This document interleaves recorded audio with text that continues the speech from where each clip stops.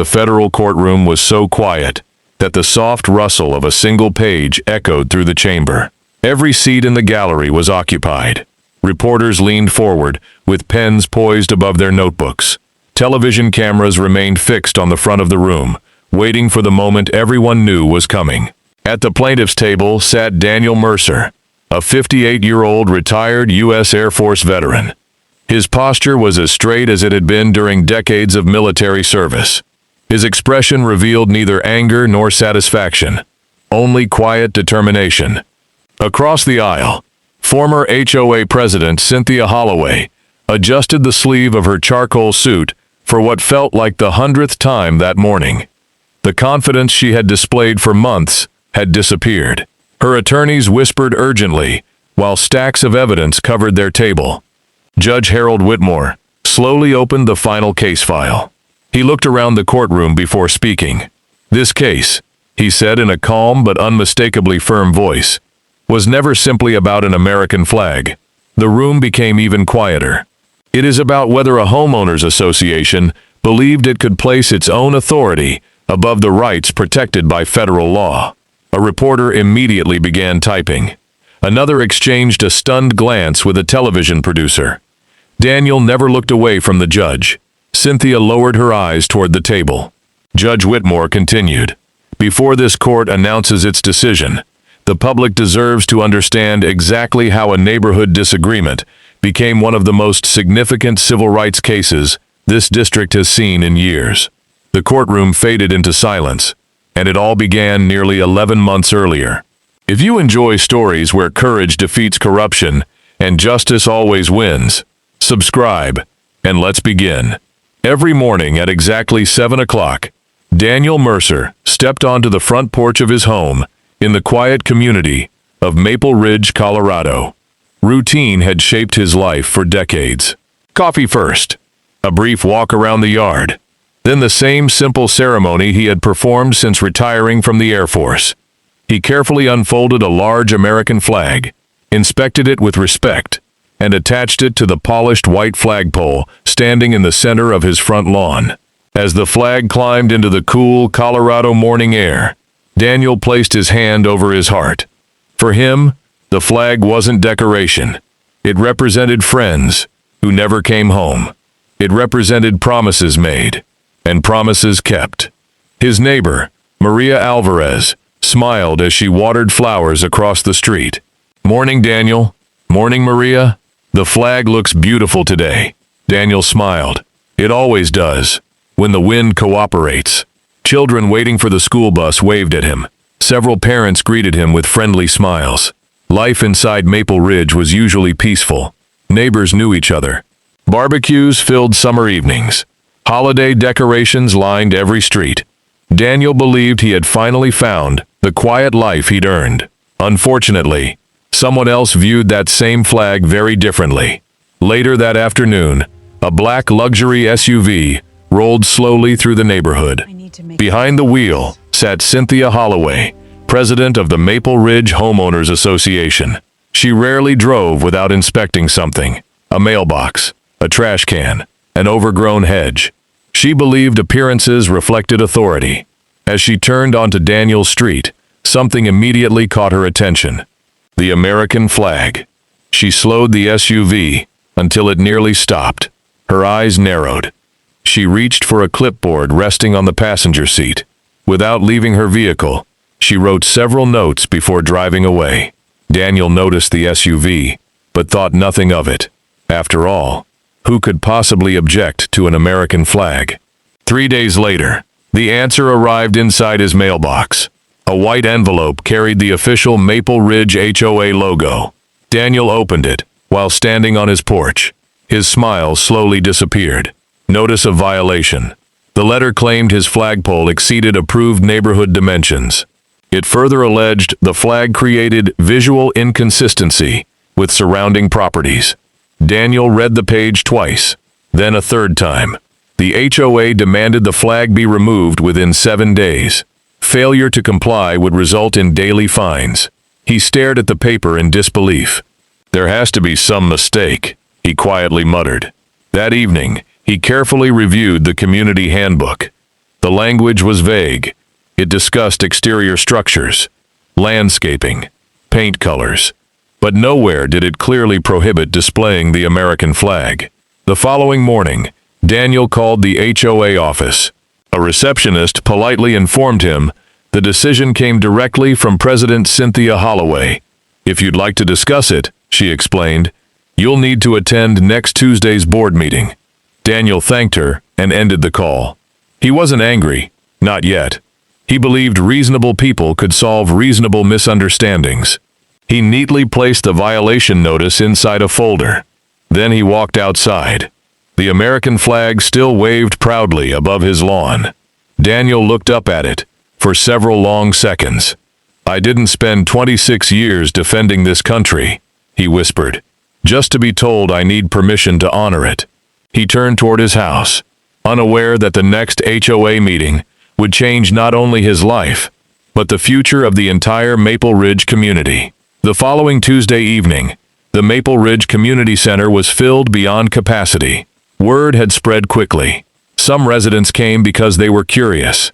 Others came because they had quietly received violation notices of their own over the years.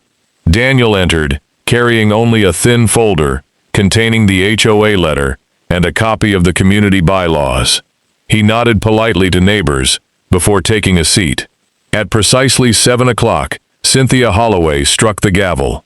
"The monthly meeting of the Maple Ridge Homeowners Association is now in session."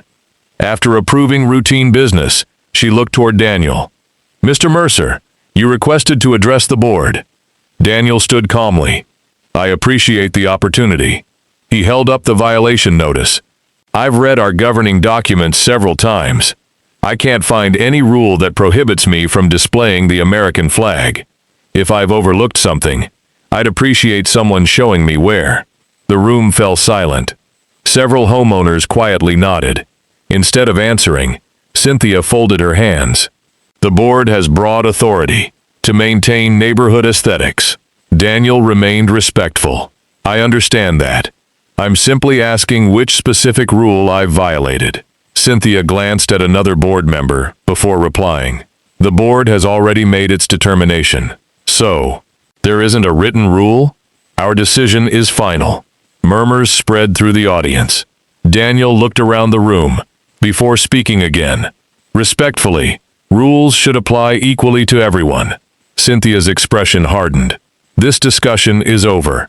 She struck the gavel. Next agenda item. Daniel quietly returned to his seat. He had expected disagreement. He had not expected complete refusal to answer a simple question. The first fine arrived 2 days later. $100. Daniel paid nothing. A week later, another notice appeared. $200. Then another. Soon the total exceeded $1,000. Each envelope carried stronger language than the last. Final warning. Legal action may follow. Property lien possible. Daniel filed every notice neatly inside the same folder. He never removed the flag. Across the street, Maria Alvarez watched everything unfold. One afternoon, she walked over carrying 2 cups of coffee. "I've been meaning to tell you something." Daniel invited her onto the porch. Maria hesitated before speaking. "They did something similar to my family." Daniel looked surprised. "They fined us over flowers." "For flowers?" "They claimed the color wasn't approved." She laughed bitterly. 3 months later, another family planted the exact same flowers. "No violation?"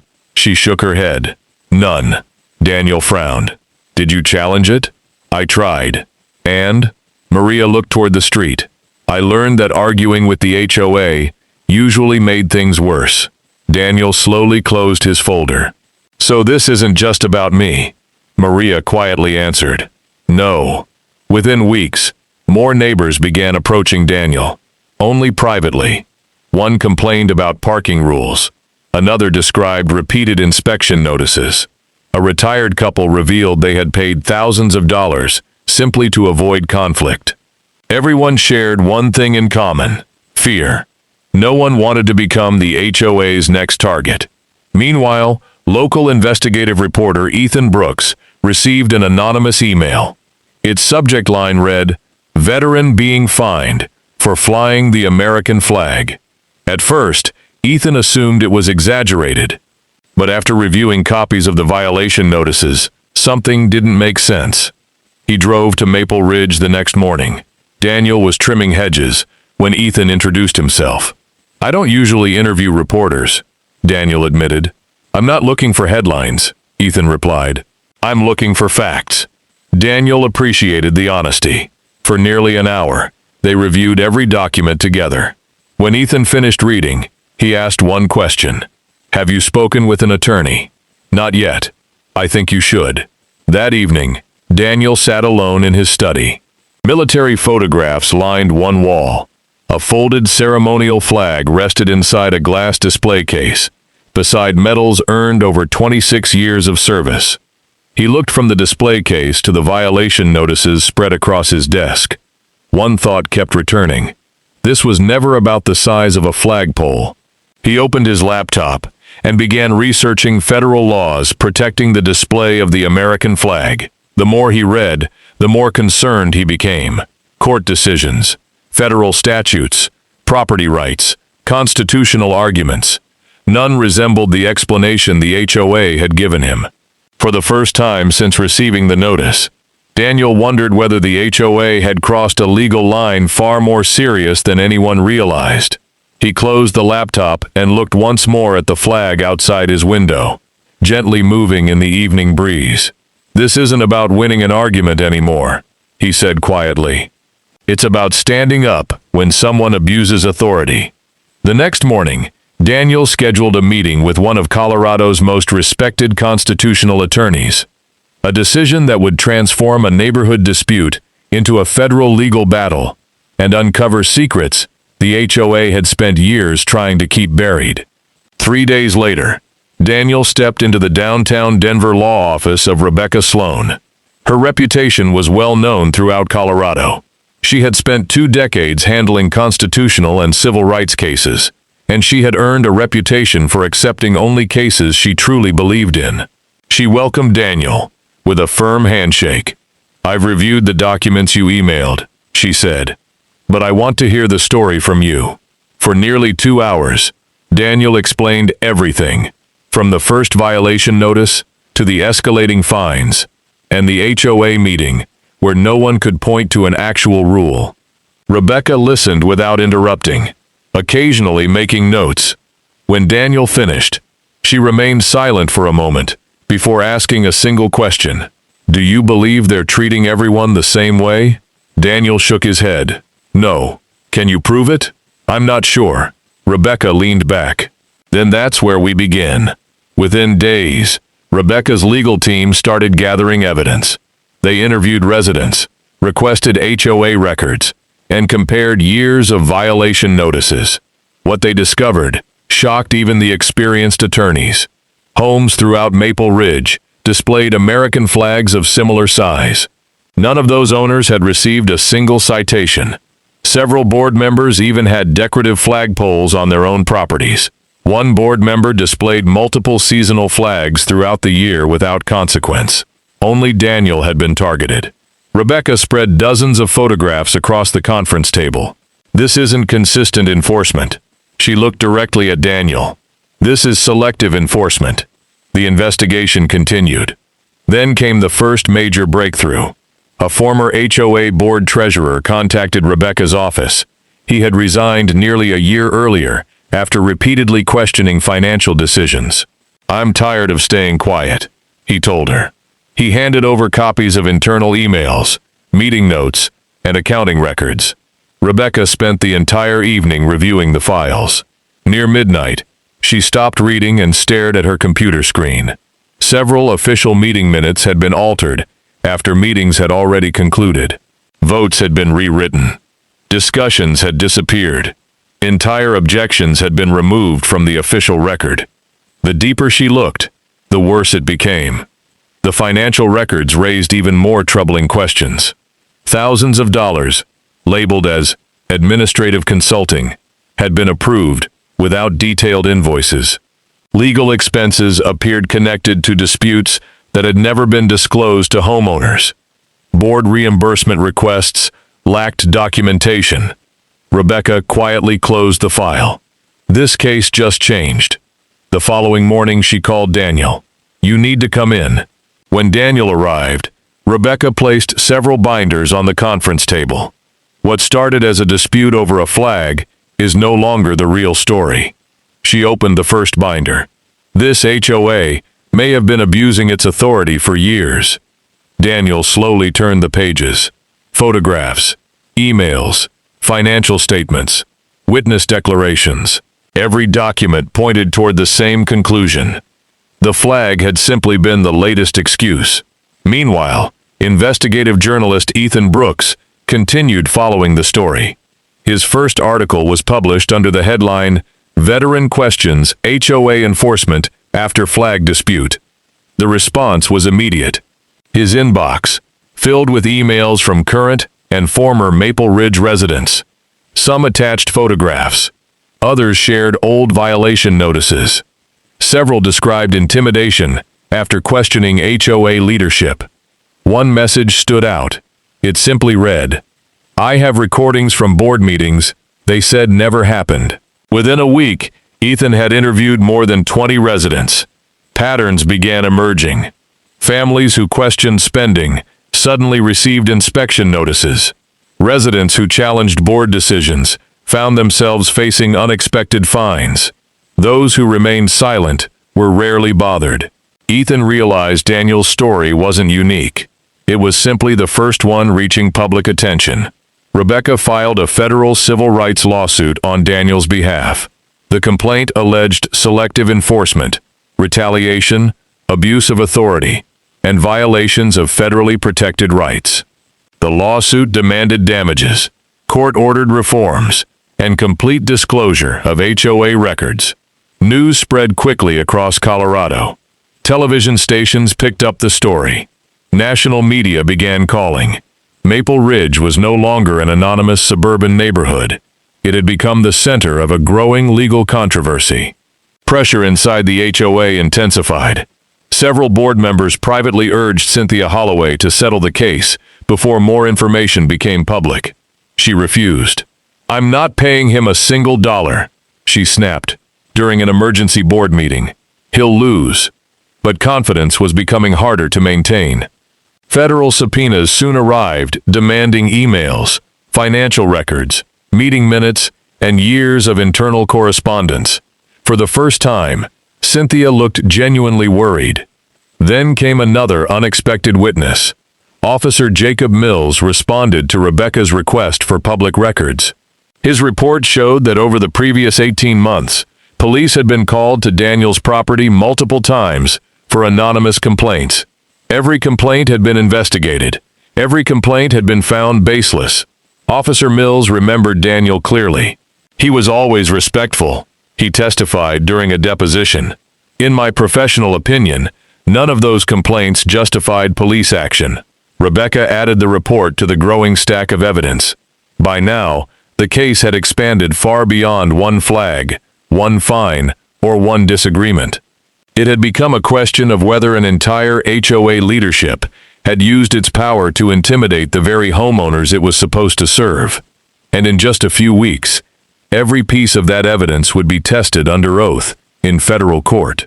The federal courthouse was surrounded by news vans before sunrise. Residents from Maple Ridge lined up outside, hoping to witness the conclusion of the case that had divided their neighborhood for nearly a year. Inside Courtroom 3, every seat was occupied. Daniel Mercer sat beside Rebecca Sloan, his hands folded neatly on the table. Across the aisle, Cynthia Holloway appeared composed, but the nervous tapping of her fingers betrayed her confidence. Judge Harold Whitmore entered. "Please be seated." The courtroom fell silent. Rebecca stood for her opening statement. "Your Honor, this case is not about a neighborhood rule." She paused. "It is about what happens when people entrusted with authority begin believing they are above the law." She pointed toward a display screen. "Over the next several days, this court will see that Mr. Mercer was not fined because of a flagpole." She displayed photographs of several Maple Ridge homes. "He was singled out. while identical displays throughout the neighborhood were ignored. The courtroom murmured. One photograph after another appeared. Different homes, similar flagpoles, no violations, no fines, no warnings. Only Daniel had been targeted. The defense insisted the HOA merely enforced community standards. But Rebecca had prepared for every argument. Maria Alvarez was the first witness. She calmly described years of inconsistent enforcement. "We planted flowers," she testified. "They fined us. A month later, another family planted the exact same flowers. Were they fined? No." The jury watched closely. Next came former board members.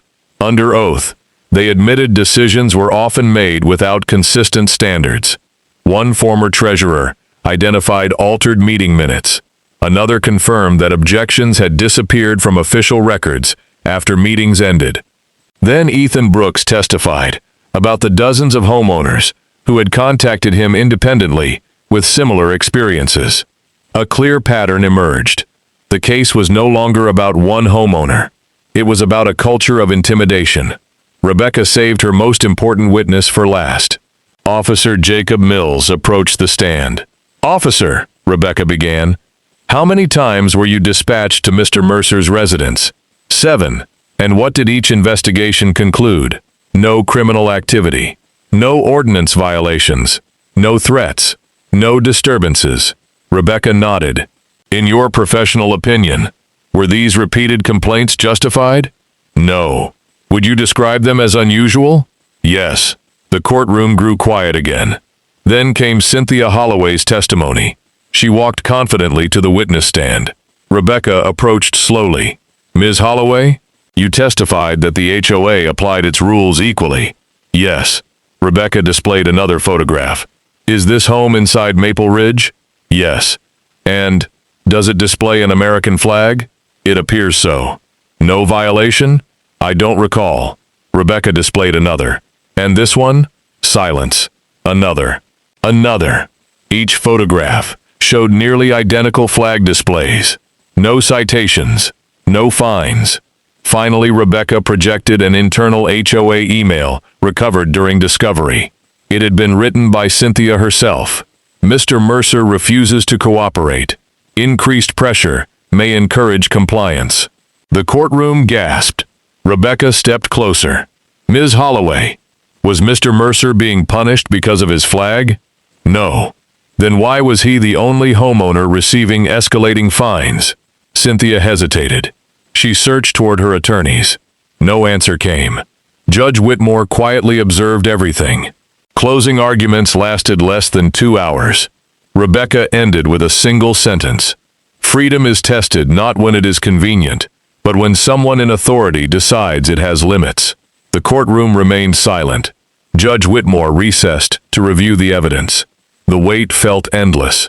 Hours later, everyone returned. The judge opened a thick folder. He removed several pages.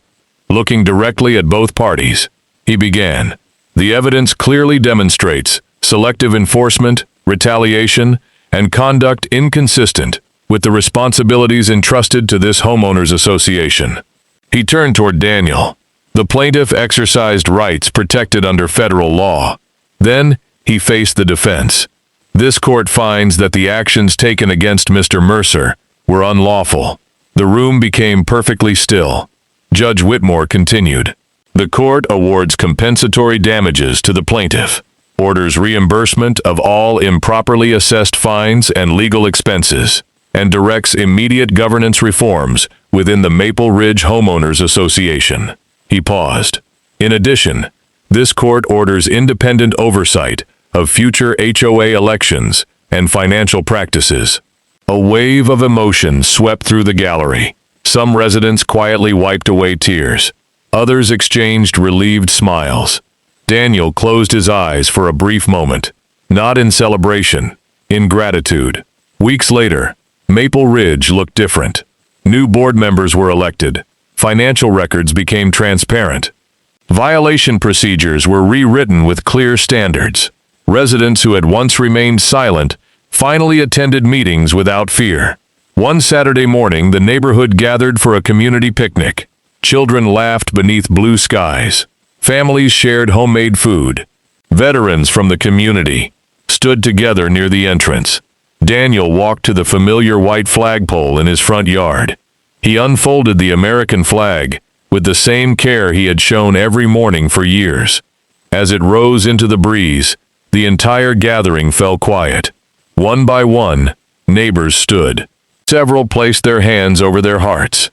Even people who had never spoken to Daniel before applauded. Maria smiled. "You didn't just protect your own rights." Daniel looked across the neighborhood. "No, you reminded us that freedom belongs to everyone." The flag waved proudly against the Colorado sky. This time, no violation notice arrived. No one objected.